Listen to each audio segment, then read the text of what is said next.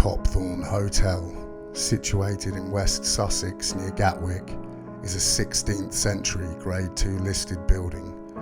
Formerly open to the public as a 4-star hotel, it is now one of the largest sites of the UK government's controversial migrant hotel scheme, a scheme which costs the UK taxpayer over £8 million a day and over £2.5 billion a year, and it was the target of recent riots across the nation.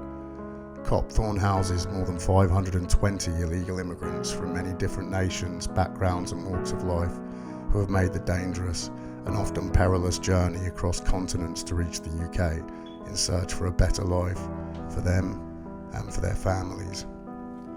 I'll be spending the next 3 months living here amongst them and the on-site staff with an unprecedented access to every single room in the hotel, from the bedrooms and boardrooms to the kitchens and canteens, the offices, even the janitor's closets, and documenting for the public to see the conditions that are being facilitated by that tax money and how these humans are being treated and how they're living when they finally arrive upon the shores of this land here where they've risked so much to reach. I'm Aston Knight, and I'm the host of the Humanity podcast for those of you that don't know and who are new to the channel, so if that's you, welcome to the page. And for those of you that have been with me for a while now or from the very beginning, welcome back to the show. It's not exactly a podcast that I have lined up for you today, folks, but I do hope that you enjoy it nonetheless. Anyway, let's get to it. So as you arrive at Copthorne, the first thing that you're greeted by is a member of the 24-hour security team that works there. They'll take down your name, your license plate details, and radio through to the management, at which point your access to the hotel will be granted or denied. They no longer challenge me because they've gotten to know me by now, but for the first week or so I had quite a lot of troubles trying to access the hotel. Cheers, mate. I took a little drive around here just to show the scope of the grounds that are reachable by car. Just to note, there is no restrictions to access and egress for the residents, or as the staff call them, service users. The service users can come and go as they please, but access to the public is strictly prohibited unless you've been authorised for some business or the other. The use of hotels to house asylum seekers began back in 2020 during the COVID-19 pandemic as a temporary measure to isolate new arrivals.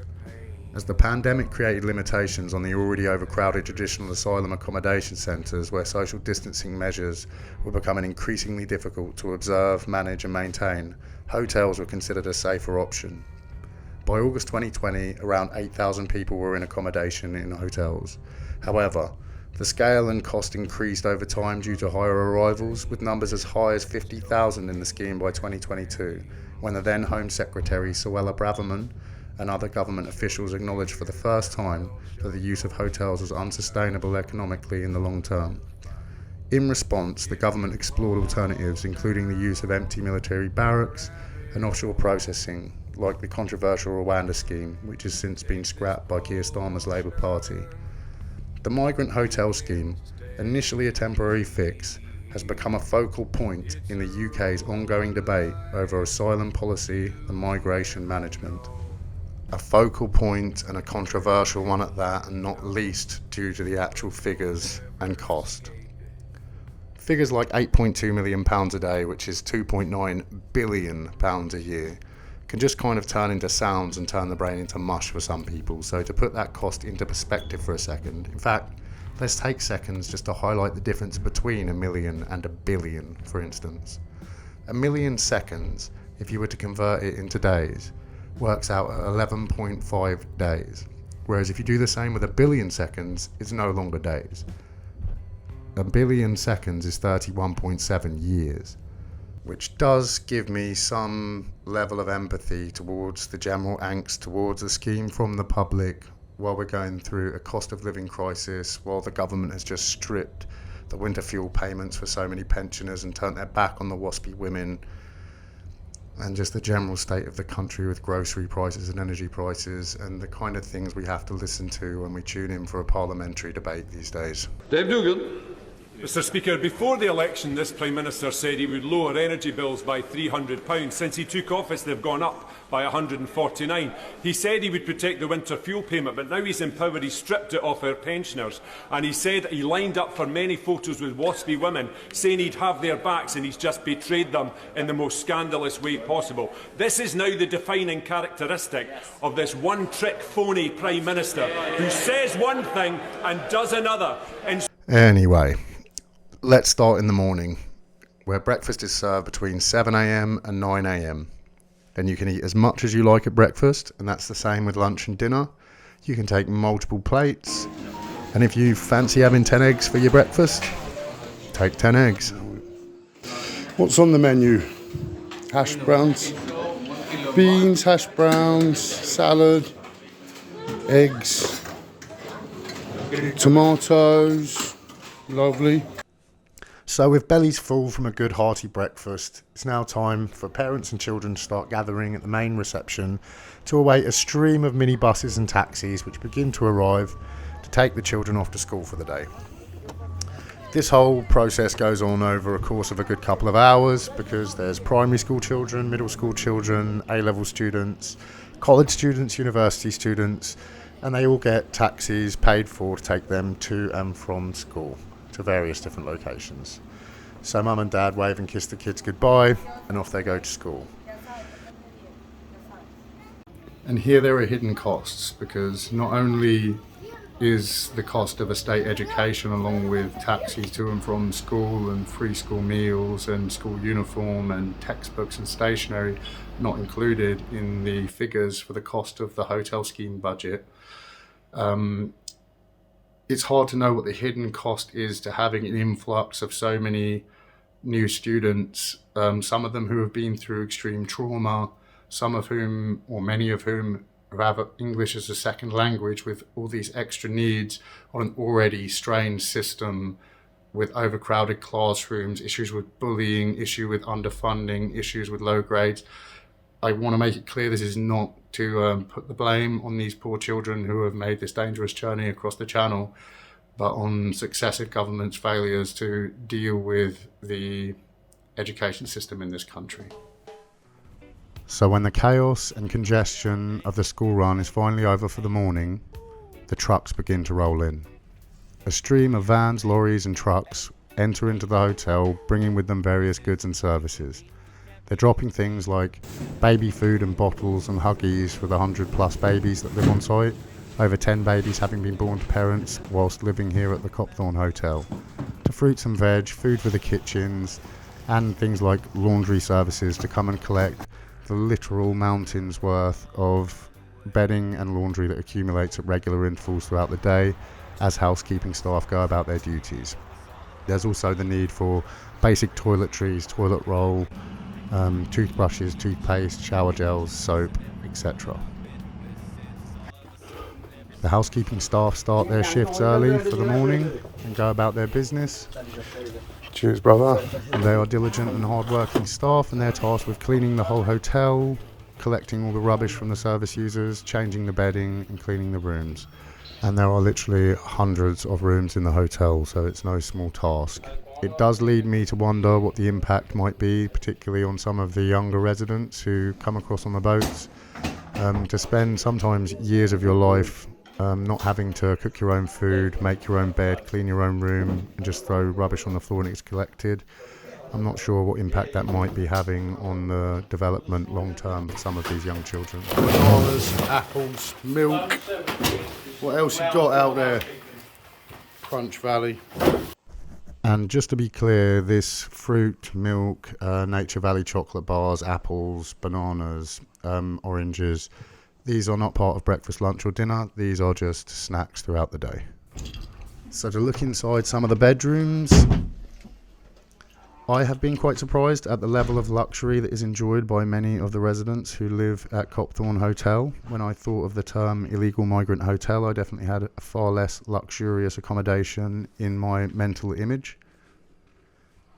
Perhaps what I found more surprising is the level of affluence of some of the residents themselves as well. Perhaps that was quite naive though, as we all know that money talks in this world and you don't make it across continents for free. or paying the criminal gangs sometimes many thousands of dollars for the passage across the channel and for things like fake passports for others who came over by plane. The service users are all given a mobile phone with a Home Office app on when they arrive in the UK, along with an ID card. Each of the rooms has landline telephones as well, en suites, desk areas. They all have a little personal fridge in each of the bedroom, storage space for clothes, wardrobes and the like, and living areas in most rooms.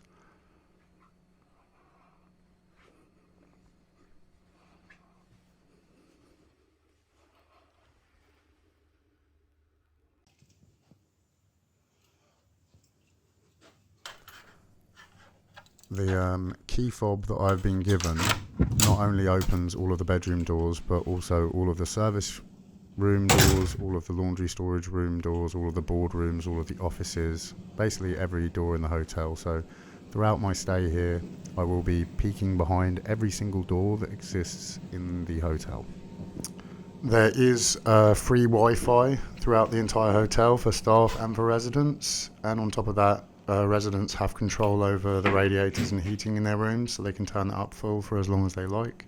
In addition to the luxury of the rooms and being given mobile phones and ID cards, service users also get given a cash card and a weekly allowance to spend. All these things said in mind, I found it surprising that the landline phones in each of the rooms works as well. So service users can use these to ring their home countries and speak to family members for as long as they like, which seems almost an excessive expenditure given the provisions already catered for. This does lead me to have some empathy for the voices that speak out in criticism of the hotel scheme, and we can listen to a few of the voices against the scheme now. If you break our laws by arriving in the country illegally, you get a phone, you get a cash card, you get a hotel room, you get private healthcare, you get a place in local schools. It's not only that, it's that I wake up this morning and I read the government advisor to the Labour Party is saying, if you arrive in Britain illegally, we should also give you a job. I mean, you might as well put a big sign on the White Cliffs of Dover in neon lights saying if you arrive illegally, we'll let you stay. It's the opposite of what we should be doing. We need to have a deterrent, not an incentive. So that was Matt Goodwin speaking at the party conference for Reform UK, who are a political party probably with the loudest voice in the room in British politics at the moment on issues of migration and criticism of successive governments' migration policy. Their leader, the controversial figure Nigel Farage, was formerly the leader of UKIP, who were largely responsible for bringing about the referendum which saw Great Britain leave the European Union through Brexit. He is good friends with the United States President Donald Trump. He's recently been through an on-off online bromance with tech billionaire Elon Musk, who was flirting with the ideas of donating up to $100 million worth of campaign finance funds to Reform UK in the next UK general election, causing a lot of controversy. However, it seems like they've fallen out recently over another voice and controversial figure on migration policy in the UK and the migrant hotel scheme, the controversial figure Tommy Robinson. Tommy Robinson being largely put on the radar, I think, across the pond from having done some of the podcast rounds, including being on the likes of Jordan Peterson's podcast. And before we move on and meet some of the staff at Copthorne Hotel, me and my younger brother actually got the opportunity on the 30th of June 2011 to actually interview Nigel Farage on the streets of London during a general strike. I'll play a little clip of that and then we'll move on and meet some of the Crown Lodge Copthorne Hotel staff team. But did we go through, better job prospects for people, increased living standards? Yes. We're now going through a period. Yeah, massively. Yeah. Overall, huge. Everything. They were throwing credit at people. They were sending letters through the door saying, and in fact, the credit boom, the real credit boom, which was disgusting, came later. You're not aware of the fact that the bank is in control of all of that? Well, the IMF of that. They perpetually increase money and then, listen. Actually, if you lend people lots of money, and they then can't pay you back, you've got them with the balls. Yeah. And That's the whole point. No, I do understand that. And I've become more and more worried about it over the last 2 or 3 years. But there are a lot of people in politics at the moment worrying about this. I mean, No, because they don't understand it. Yeah. Beer. Beer? Okay, what time? He is going. So let's meet some of the staff. The gentleman holding the phone is Wasim, site manager. The gentleman on the phone is Faizan. Yeah. He lives in a super nice place. It's like an apartment in front of the beach. And that is Ishmael. Anytime you want anything, you can go to the Hey, beach. Mr. We're Chaiwala. going to go down there. Chaiwala. And they're all members of Crown Lodge who run the Tell hotel. him to bring some beer for you. Bring it. Tomorrow. Bring it tomorrow. They run the hotel on behalf of the Home Office. Beer and whiskey. Having fired all of the original hotel staff when it became a migrant hotel. You got to get me the good stuff. Remy Martin.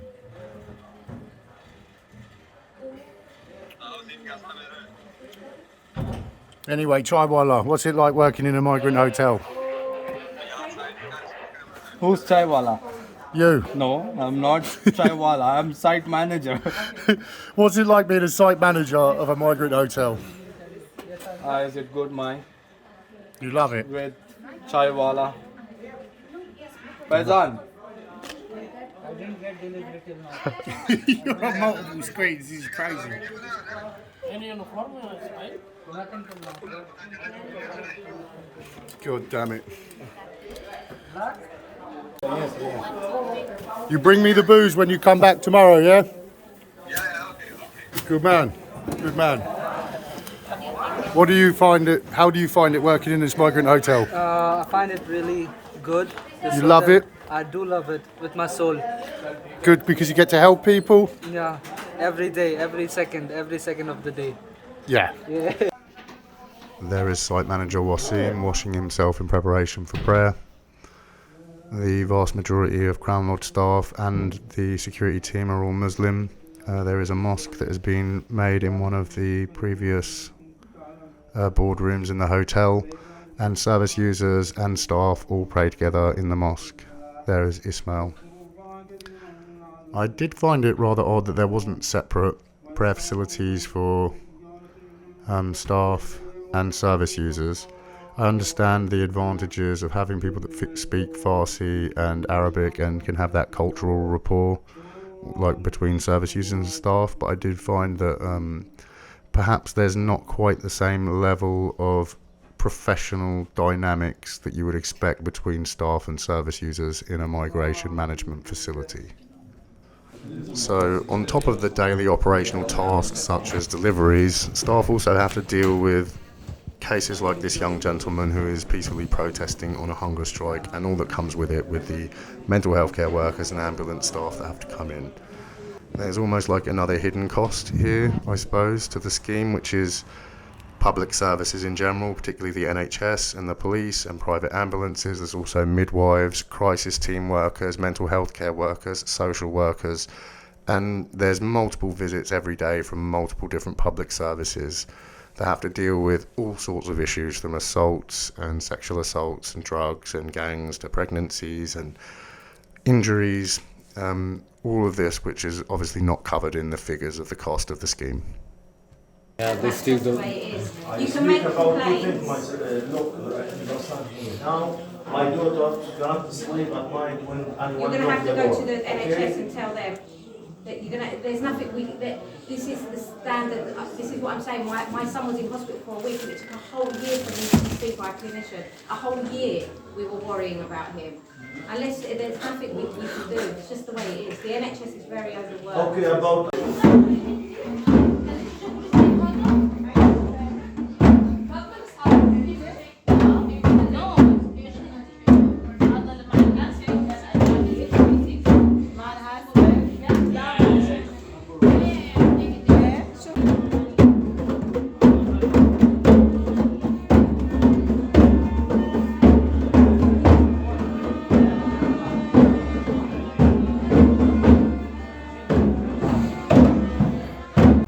As well as the catering and laundry and public services that come external to the hotel, there is also other providers such as people that come in, groups and teams that bring with them musical instruments so that residents of Copthorne can have access to musical tuition and musical instruments and jam and have entertainment throughout the day. So there is provision for entertainment that also comes in the form of external services that come to the hotel.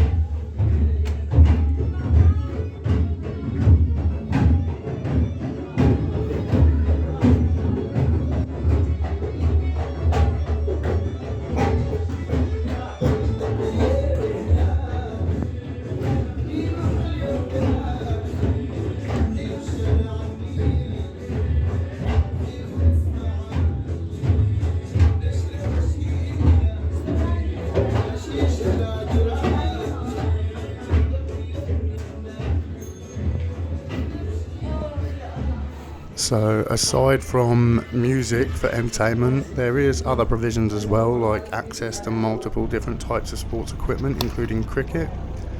This does come at a slight expense because it tends to smash all of the glass out of the lamps in the back car park where they like to play, but who can argue with sports? I mean, seriously, I don't like cricket. I love it.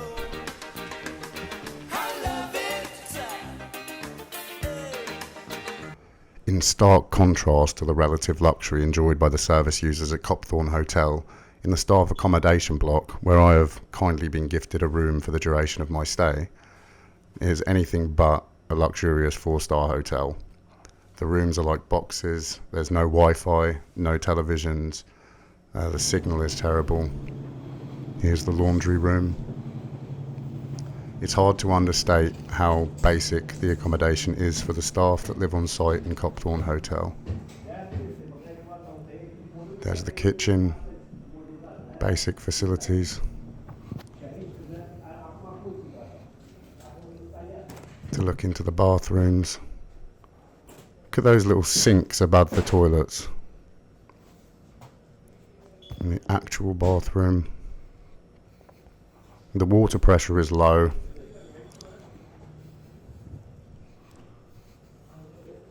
That is the living area that you can briefly see there. The shower comes out as a trickle. The living area, as you could probably see just briefly there, is actually covered in maintenance gear because they're actually doing up the upstairs staff rooms to accommodate more asylum seekers to make more money. So to look inside my room, it is literally a box with a bed and a sink. It's like prison. And there is the staff block smoking area. Anyway, regardless of the atrocious accommodation that I've been given, there's never a dull day here, and it's always interesting meeting some of the residents. Your story, you come over on the boat? Come from the boat, yeah. From Sudan? From Sudan. And now you got the visa? I get visa, yeah. I have right in the country now. Well, you want to see how I'm coming here? Welcome to the UK. Yeah, show me, show me. Show you.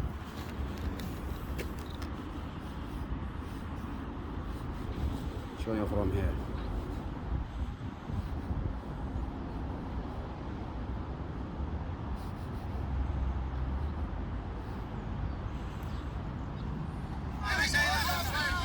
That's how I'm coming here.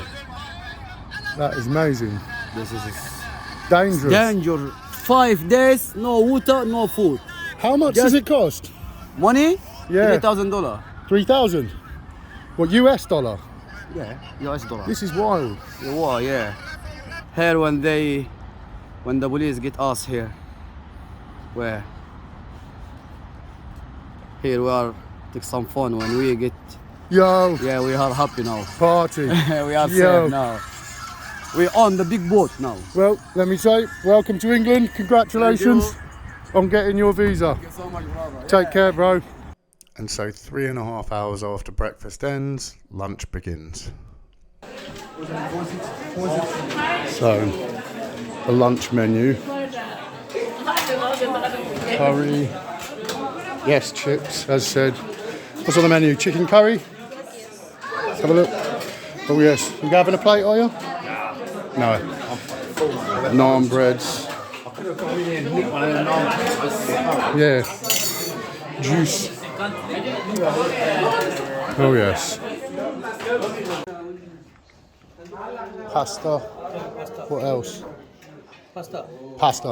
Just pasta. They also do sandwiches, onion bhajis, chicken nuggets, chips. All sausages have to be halal, so they're beef sausages. There's no pork allowed on site at all, so there's no bacon that you'll ever find at breakfast.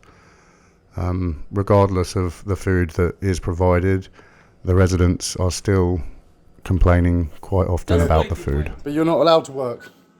Yes, I want to work. You want to, but Yeah, no. that's the problem. You're trying to get Ishmael to sort out the problems with the food. I can't even get him to kick someone out of the fucking room. Yes, also they control the food. You can't eat this, you eat this. Yeah. What's wrong with the food? You don't like the food? You like the food? Not that much. What's it like working in a migrant hotel? Well, you know, full of migrants. Everyone's so miserable. I don't know why, because they get everything for free. So before the housekeeping staff make their rounds, the bedrooms do get rather messy. I mean, you can see here cigarettes and weed and ash all over the tables, banana skins left everywhere, bags of rubbish on the floor. 2 PlayStation 5s though, and a mobile phone on the desk, as well as Apple Mac. Weed grinder, weed and ash all over the desk.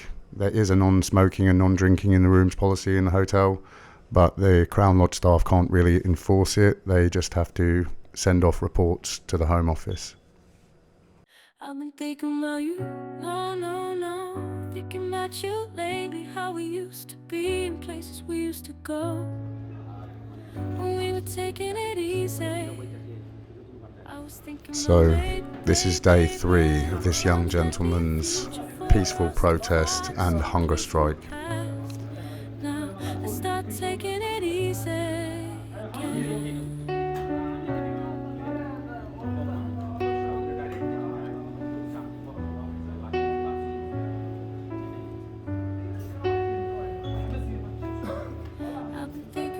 Here is another resident trying to reason with him to come back inside to the warm and eat, and let him know that the weather forecast is rain. But he will just not respond. No.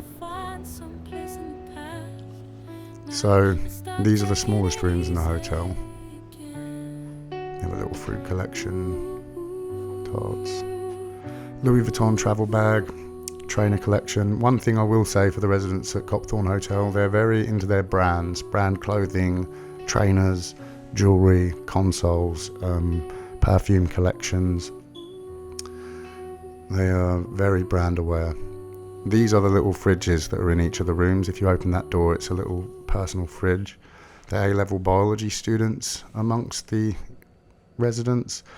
Golf shoes, we have aspiring golfers, and the residents are free to leave for the day and go to work, and or to go and play golf or whatever they want. So there's no restriction on coming, going from the hotel or staying away from the hotel for the residents.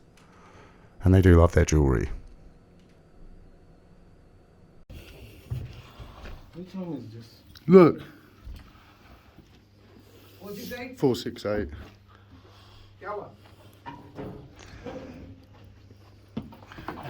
Being discovered.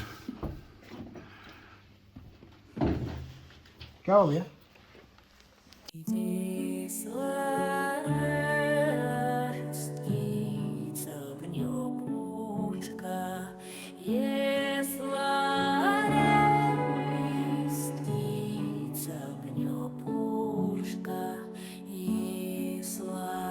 Yes,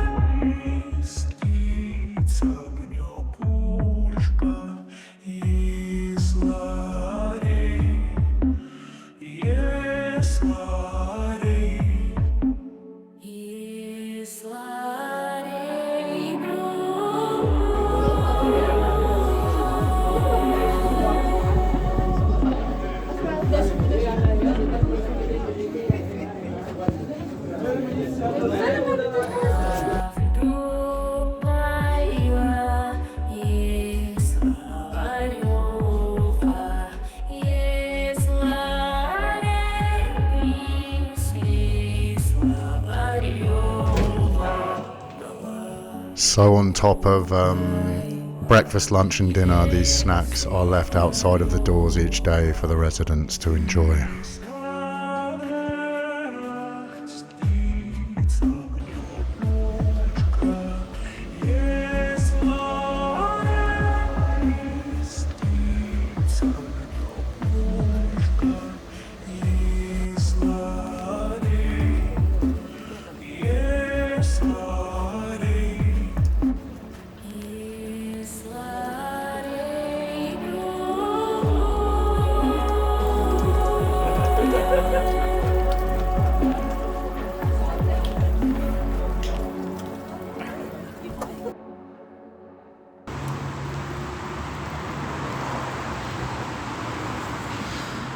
So we're out at the staff block, finally been given a nice little cottage to live in, which is actually, there's the front door. It's actually not so bad here now.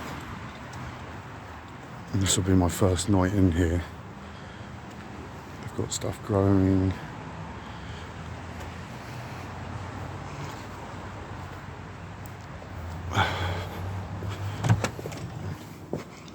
Kitchen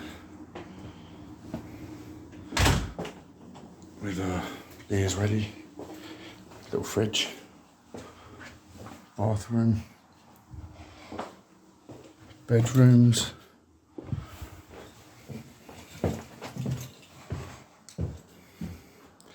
and there's another 2 bedrooms and a communal area upstairs.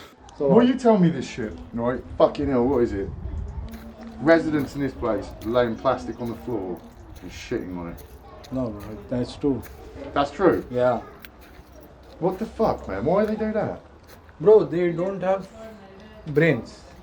They have mental health issues. So what, they're literally shitting on bits of plastic on the floor? Ridiculous, bro. What the fuck, man? And what's up with that other guy, man? He's fucking stitches all over his face. He's pissing himself in the reception.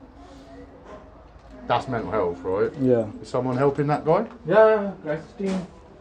Crisis team, yeah? Yeah. Where they come from, the crisis team, though? Home office.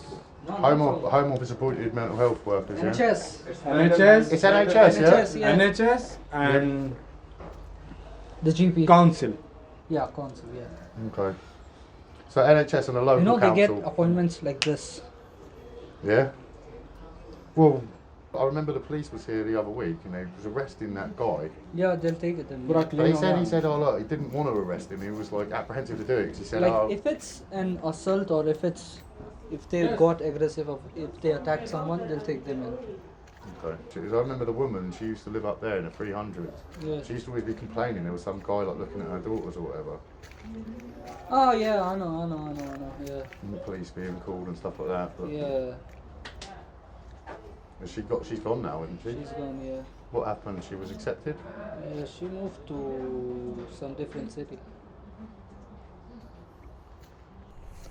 So that was me and the staff at the hotel discussing an incident between a woman who had 2 very young daughters, very pretty and very young daughters, that had basically been predated upon by a pervert. She had made multiple complaints, she had phoned the police multiple times, they had been to the hotel, but no actual official arrest had been made.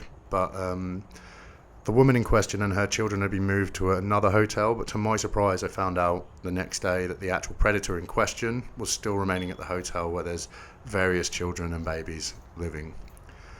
He actually justified his actions by saying that in his culture and his beliefs that it's absolutely fine to be interested in girls of that age, and which made me look into the age of consent across nations, and I was actually quite shocked to find that some nations on the earth have age of sexual consent as low as 11, 12 and 13 years old. In my personal opinion, if you come to this country, you have to adhere to our laws and ages of consent and leave that part of your culture behind.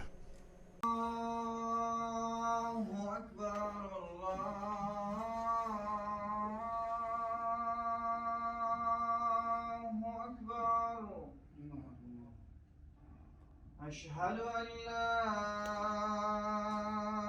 إله إلا الله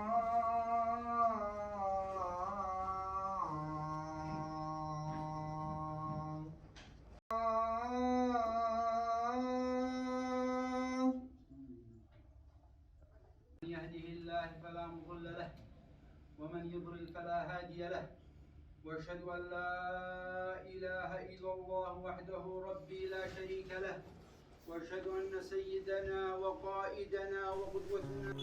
And eventually throughout the day, the supplies of snacks begins to wane. And as the supplies of snacks begin to wane and the deliveries have been unloaded and the goods have been consumed, the rubbish begins to pile up. So there's both the rubbish that comes from the boxes from the deliveries each day, as well as the rubbish accumulated by the residents each day, both of which have to be dealt with by the staff. Residents just chuck their rubbish bags out into the hallway, and that's if they don't just leave it in the room for the staff to bag up themselves. Dirty nappies, food waste. But either way, with breakfast, lunch and snacks out of the way, there's still time between then and dinner for cake. Following the Grenfell Tower fire regulations have changed and carpenters are on site changing all of the doors in the hotel to fit the new regulations. Hundreds of the doors that they've fitted though, they've had to go back and refit and amend because the residents have the heating up full blast with electric heaters with fans behind them blasting 24 hours a day, warping the new fire door frames. Here are the lovely carpenters themselves. So we have illegal migrants recreating the climate from home, so hot that it's warping fire doors with the heating on full blast, while our own pensioners have just been stripped of the winter fuel allowance. Yeah.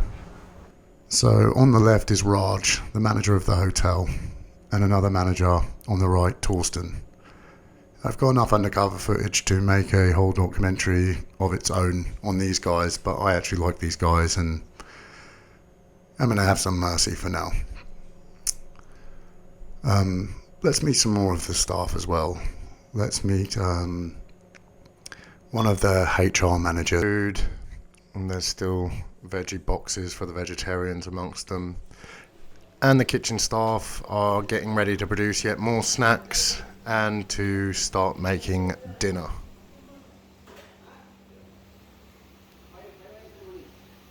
Look, how are you? Yo, mushrooms. You guys are living the dream out here. Really?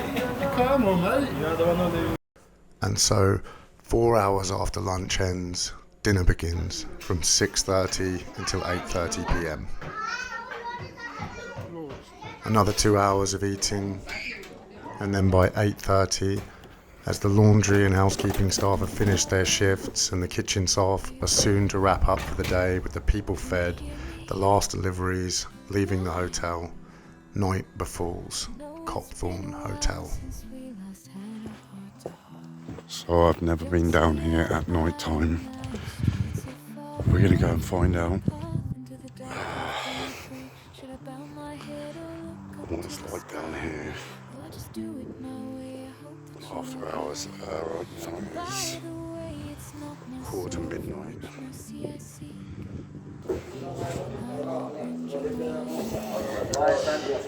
One of you guys has a lighter for me? I do, yeah. Thank you. How are you guys?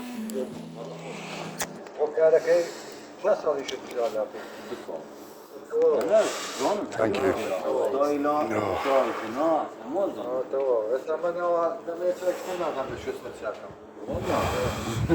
This place never sleeps, no? Yeah, everybody sometimes.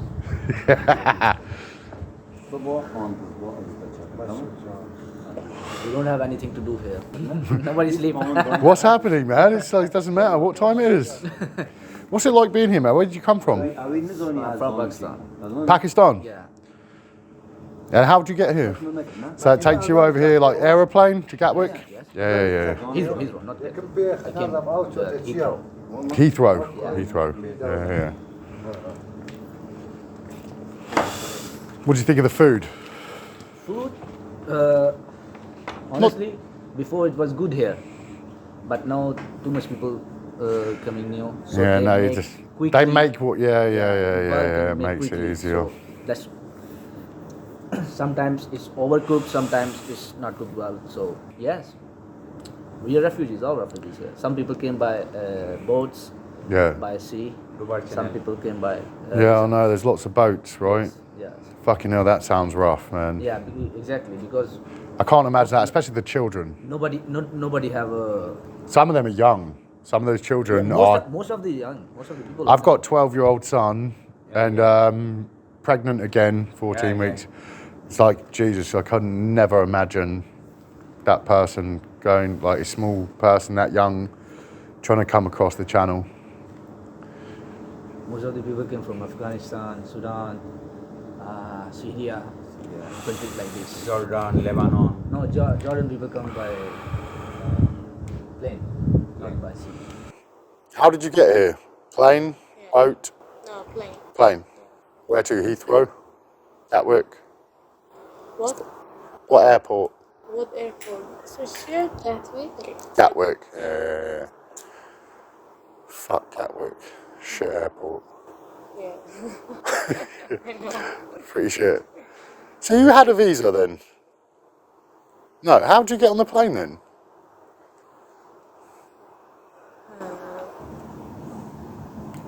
How explain to you?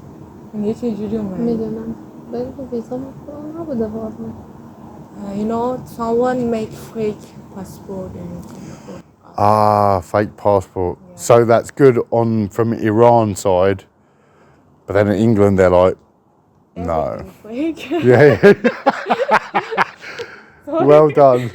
Here, look, I'll give you tons for that. Well done. Shit. How long have you known English before you come here? Learn. I when child, I go class English in Iran for 2 years. 2 years. Because you know level 4, I think I did there. I can pass the level 4 for 4 times. My mom said no more class for you. I said okay, no problem. But my sister can speak very well English. Oh, you have a sister here, yeah? Is she here? Yeah. In this hotel? I think you saw my sister tonight.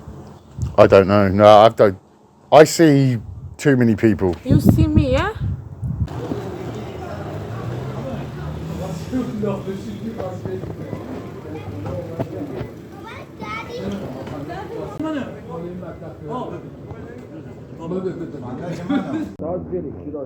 Where are you from, brother?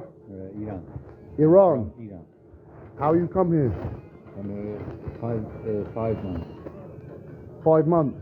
Where this hotel 1 week, 1 month. Yeah. After this hotel. Yeah. But how did you get here? Boat, plane?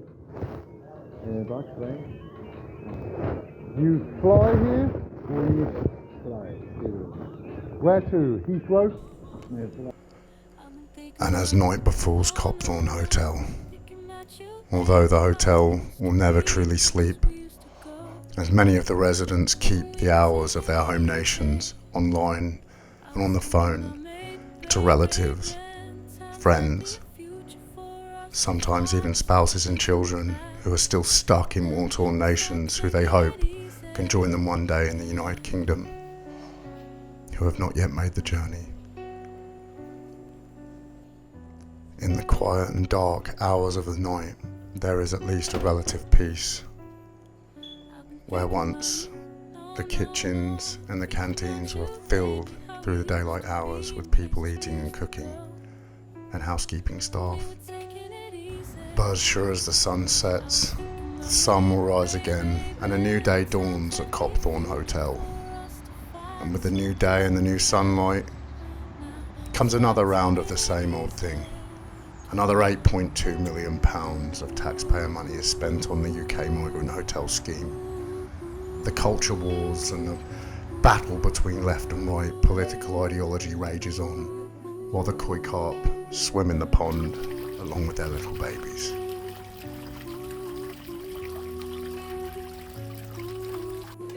And after breakfast is served, just as surely once again, the taxis will roll in to pick up the kids to go to school. And the trucks will roll in to deliver goods and services and collect the laundry once again.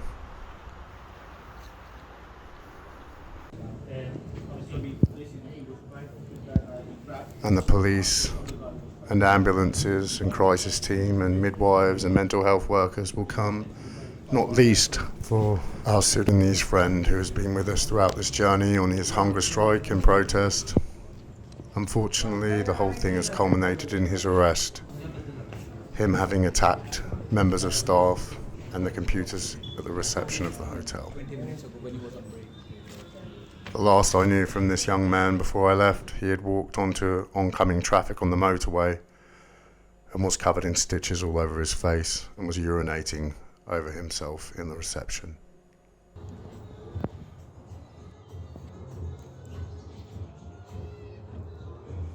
But on a lighter note, the teams come in once again as well to provide musical tuition and instruments for the residents at Copthorne Hotel to learn to play music and jam and celebrate life, celebrate freedom, celebrate their escape from the oppressive nations from which they've fled. And for many of them, celebrate their acceptance and visas from the Home Office and UK government. Although at the same time, many have been denied as well.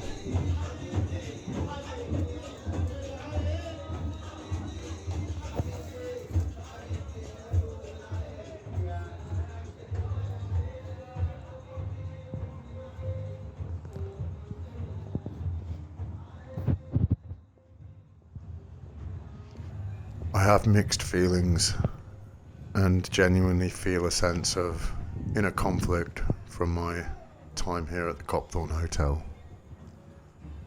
from the tax money that it costs to the standard of living and luxury that I've seen people living in while I watch my neighbours and fellow members of my community who've paid tax their whole life struggling now to turn on the heating and pay for their groceries. On the other hand, meeting young families who have escaped genuine oppression with young children. There is no easy answer. It's not my job or my place to find one either. I'll let you make up your own mind.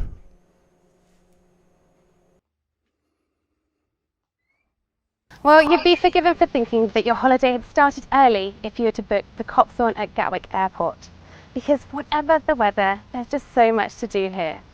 Outside, there's 100 acres of grounds, peaceful woodlands, manicured lawns, and even undercover pathways to discover. And that's just the outside. But even if the sun isn't shining, there's plenty to do indoors as well.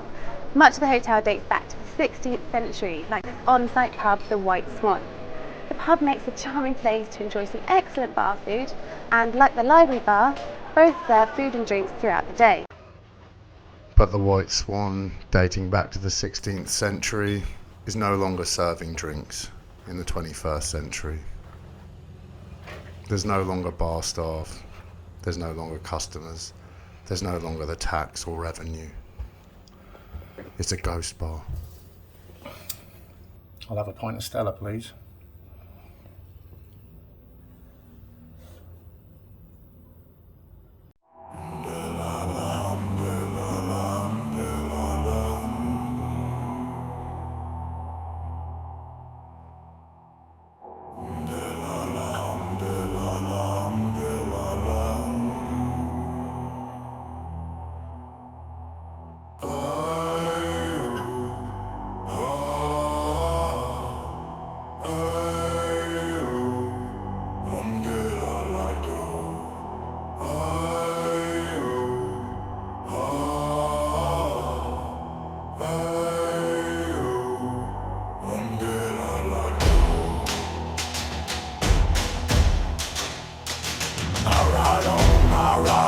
Along the back roads I drive on. Through the leaves and trees and gentle breeze I hear her song. I ride alone now every day since she's been gone. In my dreams I hear her voice and it's calling me home.